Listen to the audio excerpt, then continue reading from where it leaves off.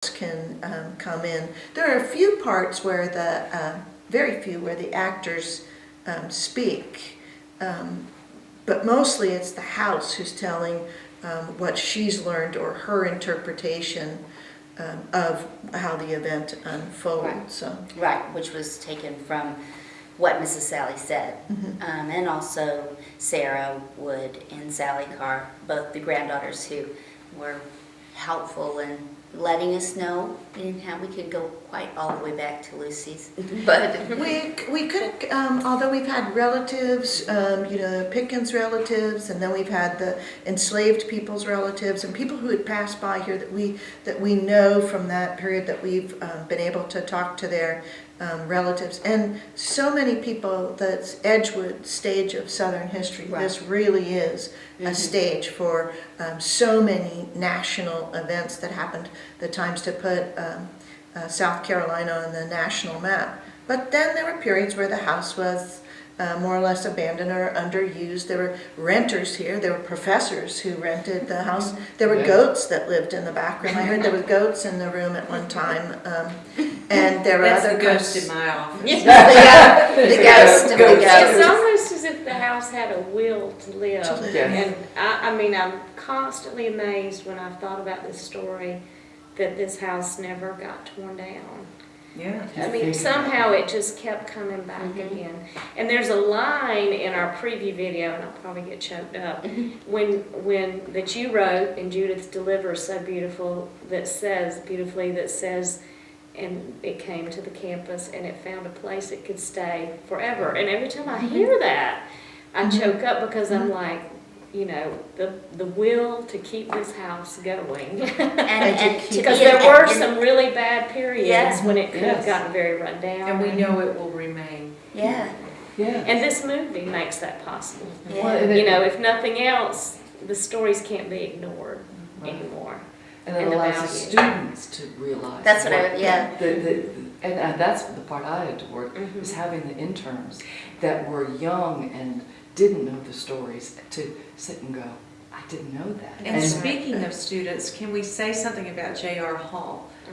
J.R. Hall was our student who we approached to write the soundtrack, the original soundtrack for this documentary. And given asking a student to do this, you don't know what it's going to end up sounding like.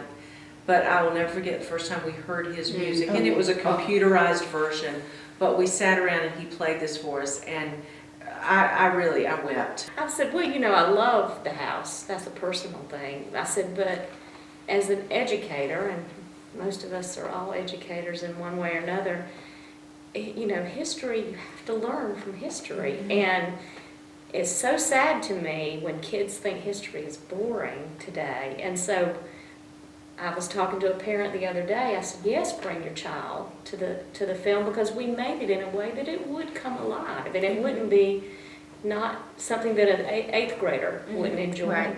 And I'm so proud that our next step is to write the curriculum, and one of our students is going to do that, a USC Aiken student, to keep the story alive for years to come beyond just showing the documentary.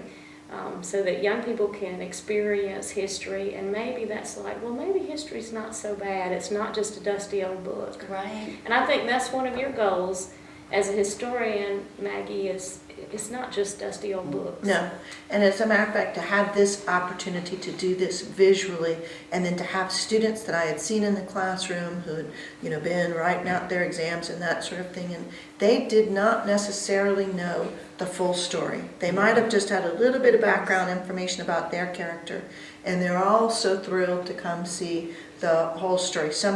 The way we filmed was what you would know, but we'd film in not in the sequence of the story. So you would be kind of, you Lily might go from older to younger and all these kind of things that were difficult. So the students have maybe jumped into their particular part of it, but want to know like the whole piece overall, and they're very excited about it. And because this is a generation really that works in visual sort of receiving of information, it's fantastic for me to get a little bit ahead of that curve and to be working with everybody to do this, because USC Aiken is cutting edge, doing things, telling stories in a visual way that I think can be done at every campus and every fantastic home. That's, And you can only hope that anybody that sees this, when they drive by a house, or a place, will think, wow, What went on? what went on Yeah, there? what kind of That's- stories were there? Yeah.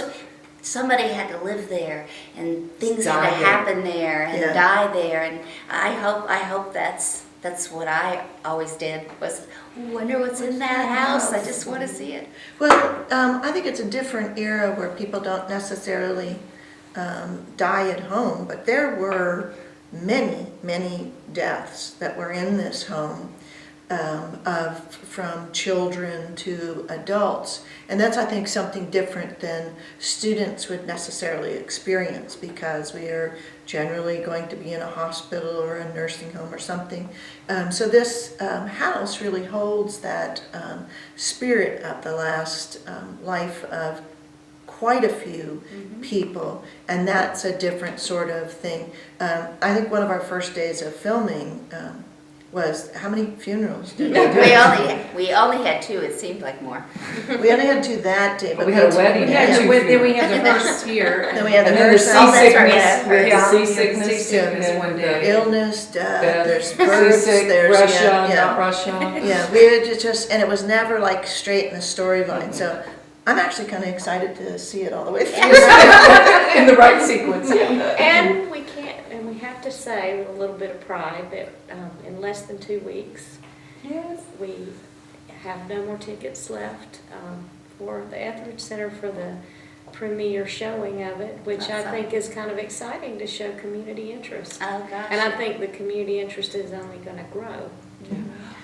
I think the one thing that is amazing and fabulous is to know that most people did this for the love of it. Yes. To realize these people came on Sunday afternoons and they were in Stay. fur when it was hot, and they got it. That's To right. watch the students in particular, people that weren't trained, to come and to experience things that they weren't within their skill sets. I mean, the students in the emancipation, the students in the death of the baby.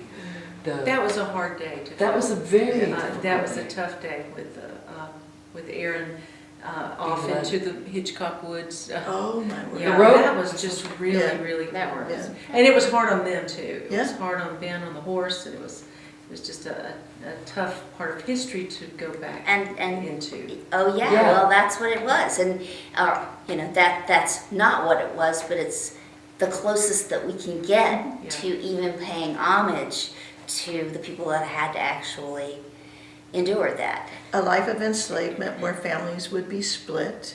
Imagine. And in a case like the Pickens plantation, he's got 3 other plantations that are there that can shift people around. And while they might have had a relationship where you will see that probably one of the most interesting things about Tom Lee is that you can trace his name and his last name. And this is why his relative knows that he was here at this house, well, when the house was in Edgefield. Those kinds of go back through the record and recollect and connect people to. There's still 480 people who aren't listed like that. So sure, in some ways we did what I'd call composite characters to, and we found Matilda and we found these records, but we would put them in a situation to be what it was like to be enslaved, and those are stories that everyone will be enriched by that portrayal of it, and it's not something that we overlook. Matter of fact, when we were making the poster, as that Jeff Mastromonaco was working on the graphics, which are stunning, and we looked and we said, well, Lucinda isn't in that picture, and she's a major component of the story.